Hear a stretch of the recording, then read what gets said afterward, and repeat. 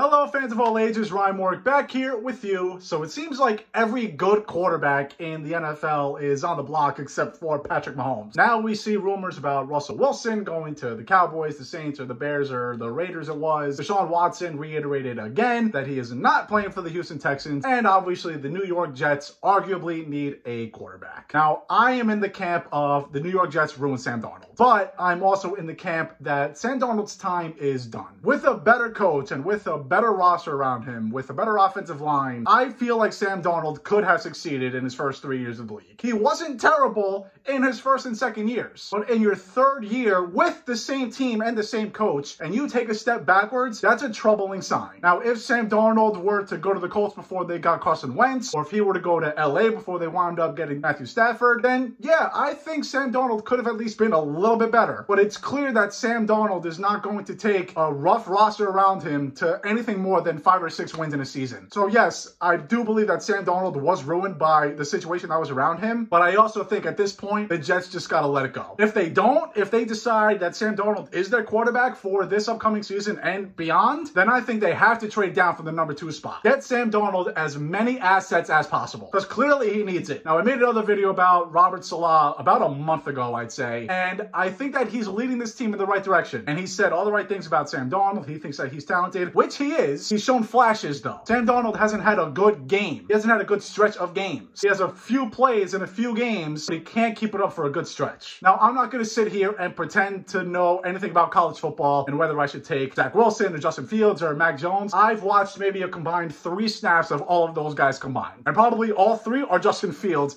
when they played against Clemson. So I can't sit here and tell you which quarterback is which. Honestly, these experts can't even tell you who's better than who, because every year they change up their mock, they change up who is better than who. There were rumors a few weeks ago saying that all of a sudden Zach Wilson is better than Trevor Lawrence, when Trevor Lawrence, ever since he was 14 years old, has been the next Andrew Luck. I respect all these experts, but take what they say with a grain of salt. So with that being said, I'm sure as hell I'm not going to sit here and say that the Jets should take this quarterback over that quarterback. Now, it seems like this offensive lineman from Oregon is a surefire lineman, arguably like Quentin Nelson from a couple of years ago. And hey, if the Jets did decide to make that the pick, then that's fine, but you better score in free agency, and you better hit on your draft picks, because they have Seattle's pick, they have an early second rounder and Seattle's pick in the second. If you go with this offensive lineman, that is you saying Sam Darnold is the quarterback. Unless if you think that one of these quarterbacks can fall to you at, what do they have, 22 or something like that, which I don't see happening, because every year we see teams trade up immensely for quarterbacks. So it wouldn't surprise me if these 4 quarterbacks that are being mentioned are all going to top 15, just because that's the way quarterbacks are in drafts. Teams trade up to get these guys. Teams reach for these guys, as they should. If they like a quarterback, you got to go and get your guy. But I don't think any of these guys are falling outside of the top 20. So that means if the Jets pick this lineman, they are rocking with Sam Darnold. So they have to hit with Seattle's pick. They have to hit with their early second rounder and Seattle's second rounder. They have to. Because with all this cap space that they have, and Allen Robinson is rumored to become a Jet, Kenny Golladay is rumored to become a Jet, with all this cap space that they can have and improve this offensive line and get Sam Darnold, or any quarterback for that matter, some good receivers out wide, they can improve this defense, which is going to have CJ Mosley back next year. And that's going to be a massive improvement. Don't forget about that. They have to make sure that they are right on those picks, which they historically haven't been. Now, Quentin Williams has obviously been a nice pick. Mekhi Becton has obviously been a great pick, but they've had plenty of other mistakes. Now, personally, I think that the Jets should obviously explore trade options for Deshaun Watson and Russell Wilson. People say that Deshaun Watson would just be in the same situation as he is currently in Houston if he came to New York. And that's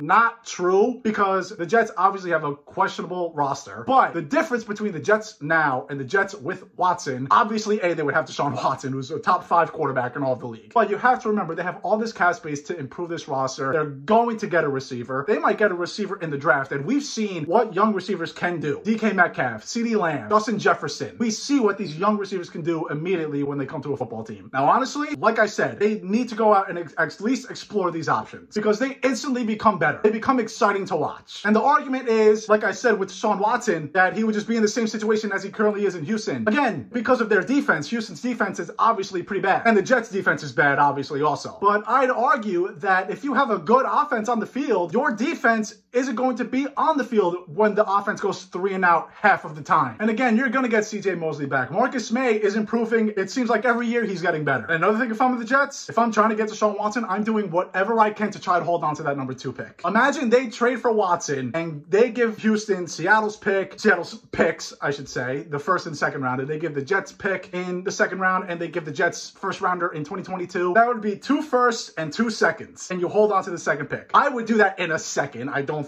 think Houston would laugh at that. But honestly, the Jets need to throw the bag at Houston or Seattle if Russell Wilson really is on the block. Now, they both have no trade clauses, so that's a different discussion, but you don't know unless you try. Now, if they decide to go with one of these quarterbacks at the second pick and they say, hey, we don't need Watson, or, well, they obviously need Deshaun Watson, but if they say that the price is too expensive and they pick a quarterback at 2, you have to trade away Sam Darnold. You have to trade him away for whatever you can at this point. That way, your next quarterback can have assets. He already has a better head coach. He's going to have a better defense. The quarterback already has cap space. Get more assets for whatever you can for Sam Darnold. And then the Jets would only be doing themselves a disservice by having the quarterback that they draft, who may or may not be better than Sam Darnold, compete with Darnold in training camp. You have a QB controversy. Drafting a quarterback and keeping Sam Darnold on the roster would be cost effective for the Jets. So they need to decide if Sam Darnold is worth it or if they want to go with another quarterback. But personally, I think that if you have a chance to get Deshaun Watson versus one of these quarterbacks that are in the draft, I think you have to go with Watson. And again, this is coming from someone who does not watch college football. This is coming from someone who has not seen anything more than 10 snaps from Mac Jones and Zach Wilson and Justin Fields. And I'm not even exaggerating there. I'll watch their tape, but what do I know? And you know what? If one of these guys, if they think one of these quarterbacks is Deshaun Watson, if they think one of these guys is Russell Wilson, or God bless you, Patrick Mahomes, then you have to draft them. Because if you think that this guy is Deshaun Watson, why would you trade for Deshaun Watson? If you think that whoever you draft at 2, assuming it's a quarterback, is the next Deshaun Watson, is the next top 5 quarterback in the league, you are set for 15 years. You finally have a quarterback for the first time since Joe Namath. And then you have a top 5 quarterback, you hope, with a much better roster around you and a great head coach so far. And I say that loosely because Robert Saleh obviously has not coached a football game yet as a head coach, but he's sending all the right messages. He's saying all the right words. So far, so good for Robert Saleh. And even if the Jets defense does continue to stink, at least if you're a Jet fan and you have, let's say, Deshaun Watson and Allen Robinson, you'll at least be entertained. The Jets offense would automatically be a threat to score 20-somewhat points every single week. And you know what? This game, what football has become now, is just offense. Throw the ball and score. If you have a good defense, that's a bonus. But the way that the game is moving right now, it is an offensive game. And that's why the New York Jets and the New York Giants can't go anywhere, because they have been at the bottom of the list in terms of team scoring for years now. Even when the Giants made the playoffs when they were 11-5, they could barely score over 20 points. They got knocked out in the first round. The Jets obviously have a lot of options, but they better make the right one, because honestly, Joe Douglas has not impressed me all that much so far. He got a great deal for Jamal Adams. I will give him that. But Joe Douglas also signed Ryan Khalil on a 1-year deal, forced him out of retirement, and he played horribly. And he also decided that Robbie Anderson wasn't worth $10 million.